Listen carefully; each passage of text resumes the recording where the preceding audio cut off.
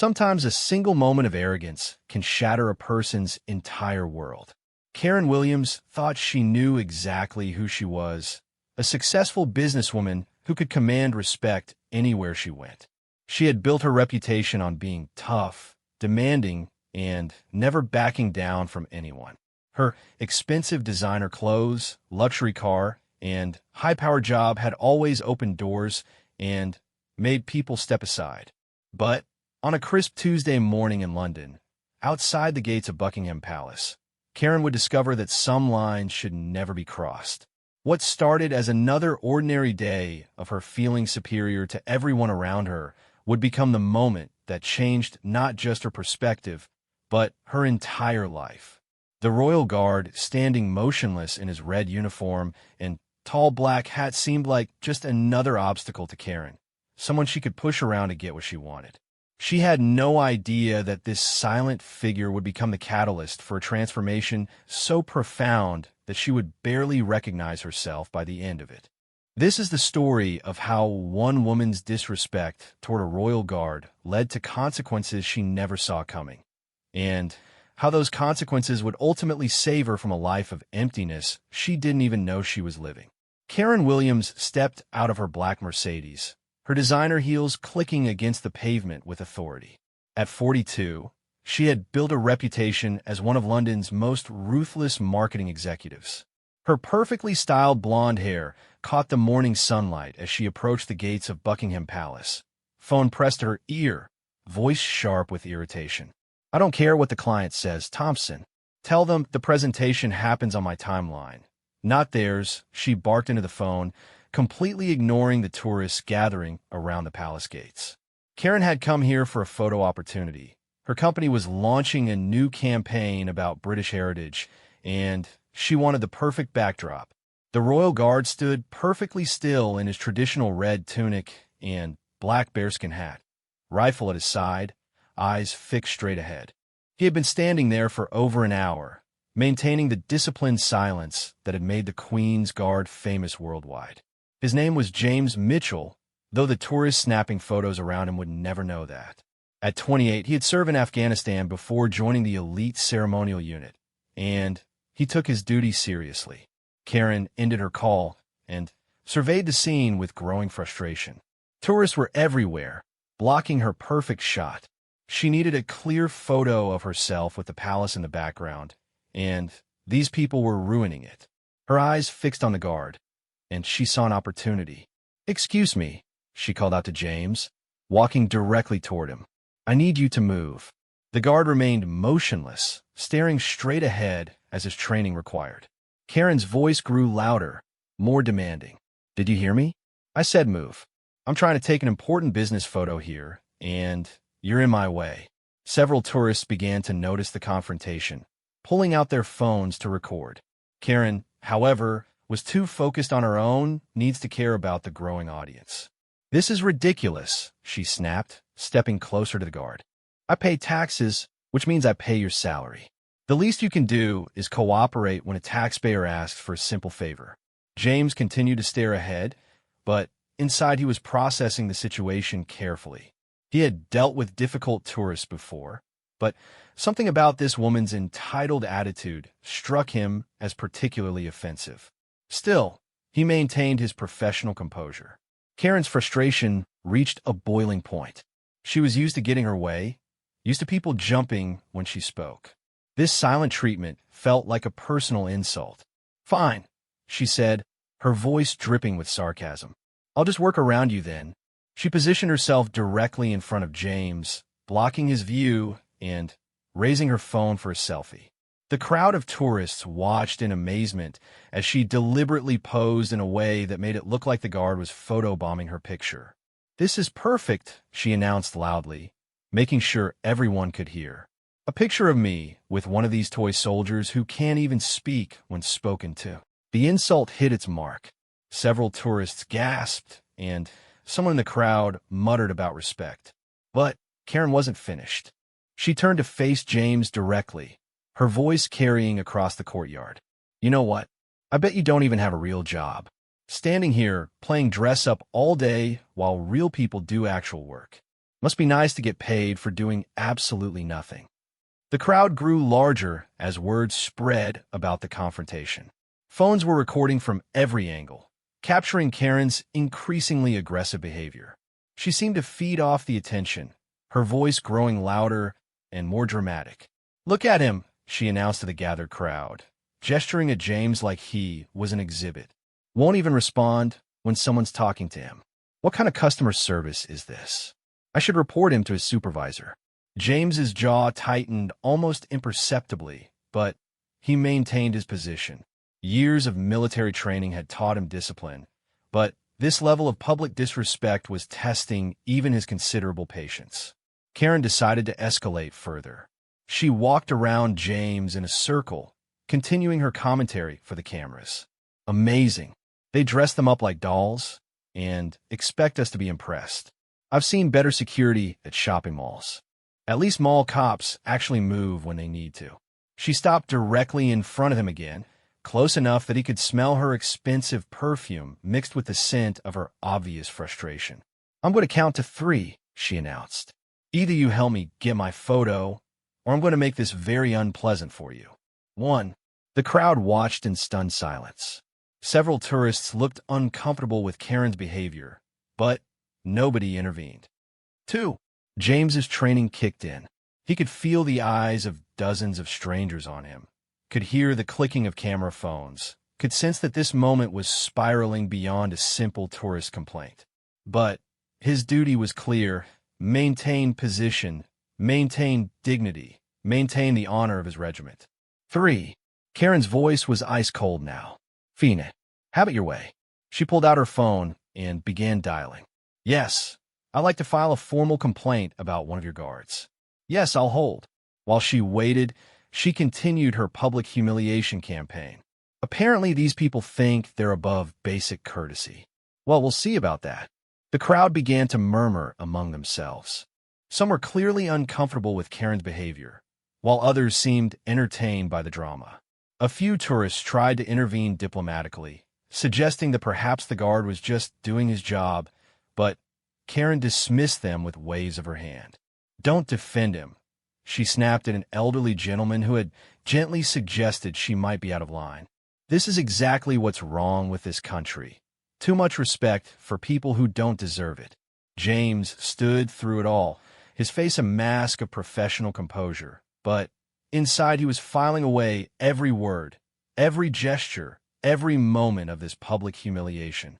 He had served his country in combat zones, had risked his life for the freedoms this woman was now using to tear him down in public, and she was treating him like her personal servant. As Karen continued her phone call, loudly describing her complaints to whoever would listen on the other end, the crowd around them grew larger still. What had started as a simple tourist photo opportunity had become a full-scale public scene, with Karen at the center, completely oblivious to how badly she was representing herself to everyone watching. The morning sun climbed higher, casting longer shadows across the palace courtyard, and Karen Williams had no idea that this moment of supreme confidence and control would be the last time she would feel that way for a very long time. Within hours of Karen's public meltdown at Buckingham Palace, her world began to crumble in ways she never could have imagined. The first sign came as she sat in her office that afternoon, still feeling smug about putting that silent guard in his place. Her assistant, Jenny, knocked on her door with an unusual expression of concern. "Ms. Williams, you need to see this," Jenny said, holding up her tablet with obvious reluctance. The video was everywhere. Twitter, Facebook, Instagram, TikTok, dozens of different angles of Karen's confrontation with the royal guard had been uploaded by tourists who witnessed the scene. But these weren't just simple recordings. People had begun adding context, explaining who the royal guards were, what they represented, and why Karen's behavior was so deeply offensive. The most popular video, with over 2 million views already, had been posted by a military veteran who had been visiting London with his family. His caption read, "This woman spent 10 minutes publicly humiliating a Queen's Guard who was simply doing his job. These guards are elite soldiers who have served their country with honor. This is what entitlement and disrespect look like." Karen's stomach dropped as she scrolled through the comments. Thousands of people were expressing outrage at her behavior. They weren't just criticizing her actions. They were digging into who she was, finding her social media profiles, identifying her company, and spreading the story far beyond what she had ever anticipated. "This can't be that bad," she muttered, but even as she said it, she could see her phone lighting up with notifications. Her company email was flooding with messages, and her personal social media accounts were being bombarded with angry responses. The second wave hit before the day was over. Karen's phone rang, and she saw her boss's name on the caller ID. Richard Hartley was the CEO of Morrison Marketing, and he was not known for his patience with negative publicity. "Karen, we need to talk. Now." His voice was clipped, professional, and completely devoid of the warmth he usually showed his top executives.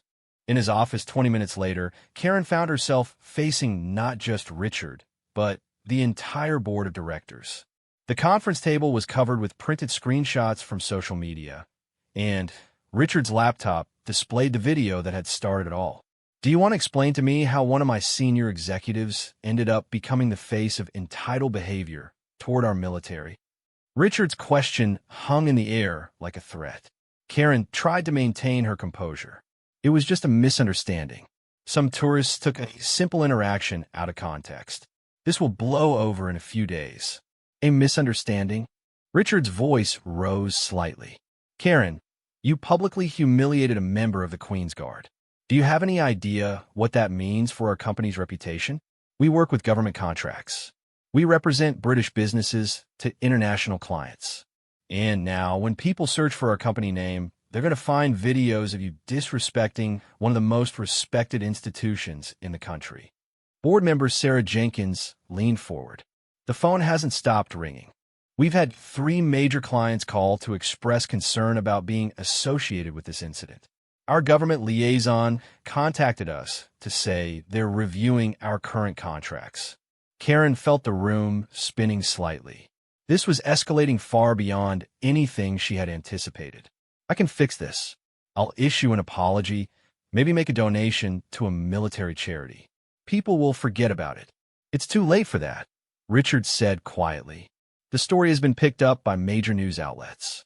The BBC ran a segment about respect for military personnel that featured your video prominently. Sky News interviewed several veterans about the significance of the Queen's Guard. This isn't just social media anymore, Karen. This is national news." The third blow came that evening, as Karen sat in her expensive apartment, desperately trying to craft the perfect public apology. Her doorbell rang, and she found a courier standing outside with an official-looking envelope. Inside was a formal letter from Buckingham Palace. Not a complaint or a legal threat, as she might have expected, but something much more devastating, an invitation. The royal household was requesting her presence for a private meeting to discuss the incident involving one of their guards. Karen's hands shook as she read the letter. This wasn't just about her job anymore. This wasn't just about public embarrassment. The actual royal establishment was taking notice of her behavior, and they wanted to have a conversation. The meeting was scheduled for the following Friday, and Karen spent the entire week in a state of growing panic. More videos surfaced from different angles. News outlets began running feature stories about the importance of the Queen's Guard and the long tradition they represented. Military support groups shared the footage as an example of how veterans and active service members were sometimes treated by an ungrateful public. But the worst part was learning about James Mitchell himself. Investigative journalists, working to provide context for the story, had uncovered his background without revealing his identity directly. He was a decorated Afghanistan veteran who had served 3 tours of duty before joining the Queen's Guard. He had been wounded in an IED explosion that killed 2 of his fellow soldiers, and he had spent months in rehabilitation before returning to service. The man Karen had dismissed as a toy soldier was actually a genuine war hero who had risked his life for his country and continued to serve with honor and dignity despite having every reason to be bitter about how he had been treated by the world. Karen found herself unable to sleep, unable to eat, unable to focus on anything except the growing realization of how badly she had misjudged the situation. She had thought she was dealing with some ceremonial figure who wouldn't fight back. Instead, she had publicly attacked a veteran who represented everything she was now learning to respect about service and sacrifice. The social media storm continued to grow. Military families shared their own stories about deployments and sacrifice. Veterans posted pictures of fallen comrades and talked about what honor and duty meant to them. The hashtag Respect the Guard began trending, with thousands of people sharing their own encounters with military personnel and calling for better treatment of those who serve. Karen's own social media accounts became unusable. Every post, going back years, was flooded with comments about her behavior.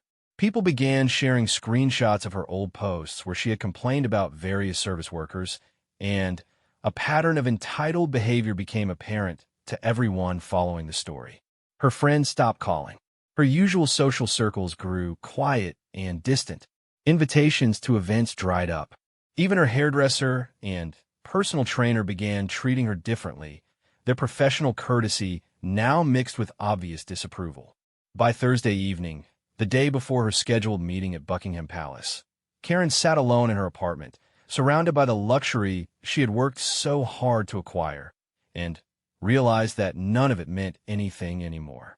Her reputation was in ruins, her career was hanging by a thread, and she was about to face the consequences of her actions in the most formal, official way possible.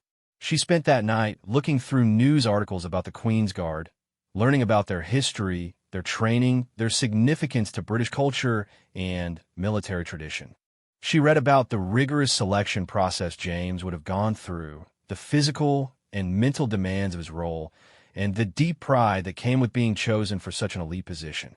For the first time since the incident, Karen began to understand exactly what she had done and exactly who she had done it to. The realization was devastating, but it was also the beginning of something she hadn't expected, the first stirring of genuine shame and the possibility of real change. Friday morning arrived gray and drizzling, matching Karen's mood perfectly as she approached the gates of Buckingham Palace once again. This time, however, she wasn't carrying a phone for selfies or wearing her usual armor of expensive confidence. Instead, she clutched a simple folder containing every piece of research she had done about the Queen's Guard, along with a handwritten letter she had spent hours crafting. The same courtyard where she had created such a scene now felt completely different. Karen could almost see the ghost of her former self, strutting around with such arrogance, completely oblivious to the significance of what she was disrupting. The guards on duty today were different people, but they stood with the same dignity and purpose that James had shown, and Karen found herself feeling a deep respect she had never experienced before. A palace official, impeccably dressed and coldly professional, escorted her through a series of corridors she had only seen in documentaries. The weight of history and tradition was overwhelming, and Karen realized she was walking through rooms where centuries of British heritage had been preserved and honored. The meeting took place in a modest office, not one of the grand state rooms Karen had expected. Across from her sat Colonel Patricia Hendricks, the officer responsible for the Queen's Guard, and beside her, completely unexpected, was James Mitchell himself. Karen's breath caught when she saw him. Out of his ceremonial uniform, wearing dress blues with his service medals visible, James looked younger than she had imagined, but his presence filled the room with quiet authority. His eyes, when they met hers, held no anger or resentment, just a calm assessment that somehow made Karen feel smaller than any shouting could have. "Ms. Williams," Colonel Hendricks began, her voice crisp but not unkind. "I assume you know why you're here."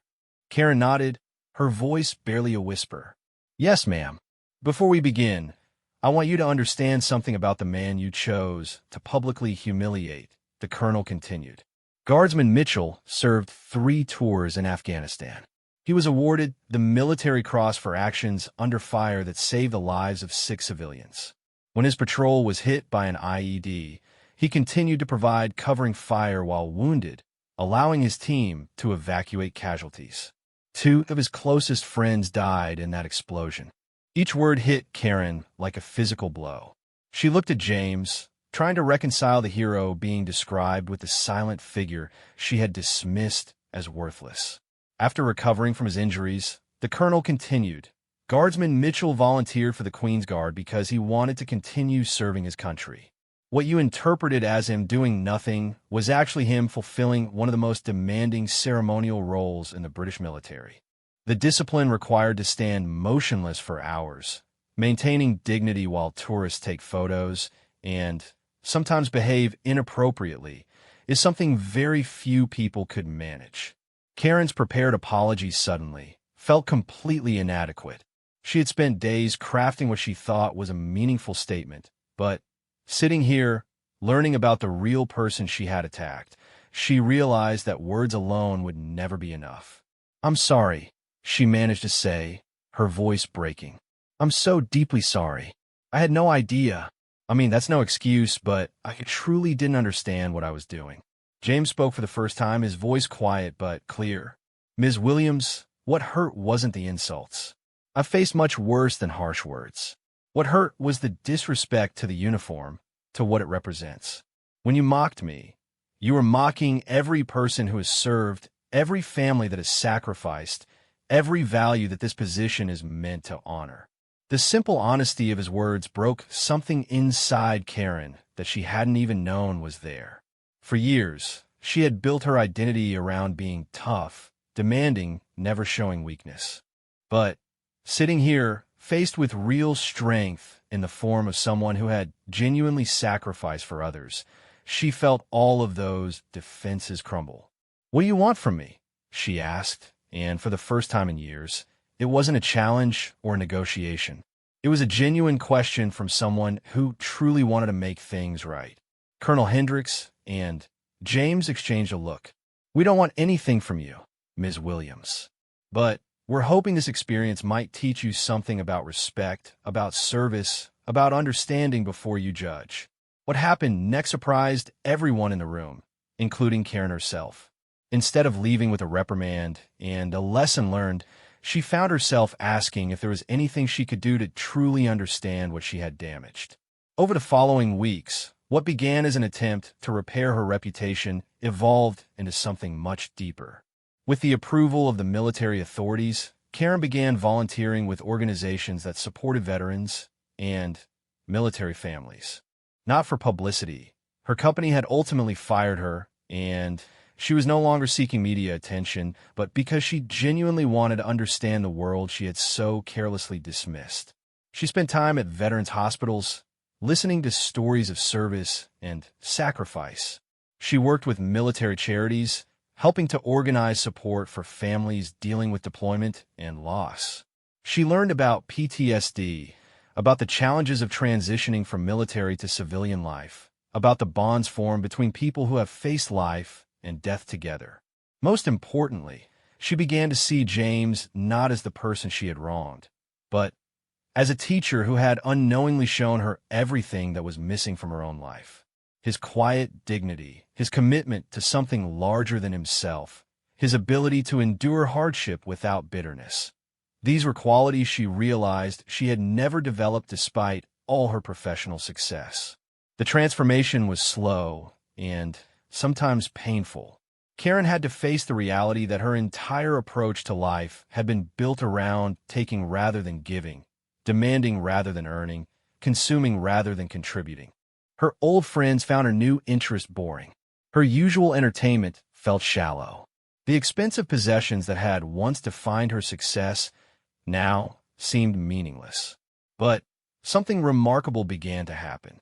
As Karen let go of her need to be important and impressive, she discovered a sense of purpose she had never experienced. The veterans she worked with didn't care about her designer clothes or her former job title. They cared about whether she showed up, whether she listened, whether she genuinely tried to help. 6 months after the incident, Karen found herself back at Buckingham Palace, but this time as part of a veteran support group that was being honored for their community work. She had organized a fundraiser that provided assistance for military families, and the organization was receiving official recognition. As she stood in the courtyard, watching the changing of the guard ceremony with a group of veterans and their families, Karen spotted James in the formation. He was performing his duties with the same precision and dignity she remembered, but now she saw it completely differently.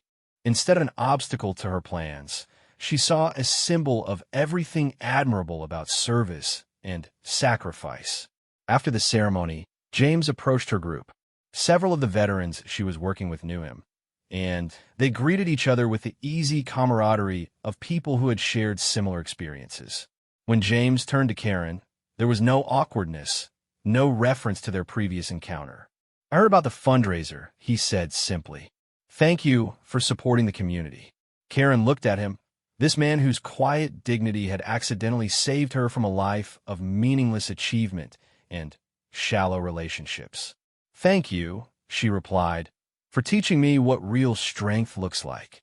Years later, Karen would look back on that terrible Tuesday morning as the best thing that had ever happened to her. The public humiliation that had destroyed her old life had forced her to build a new one based on values she had never understood before. Her work with veterans became her career, her purpose, her source of genuine satisfaction.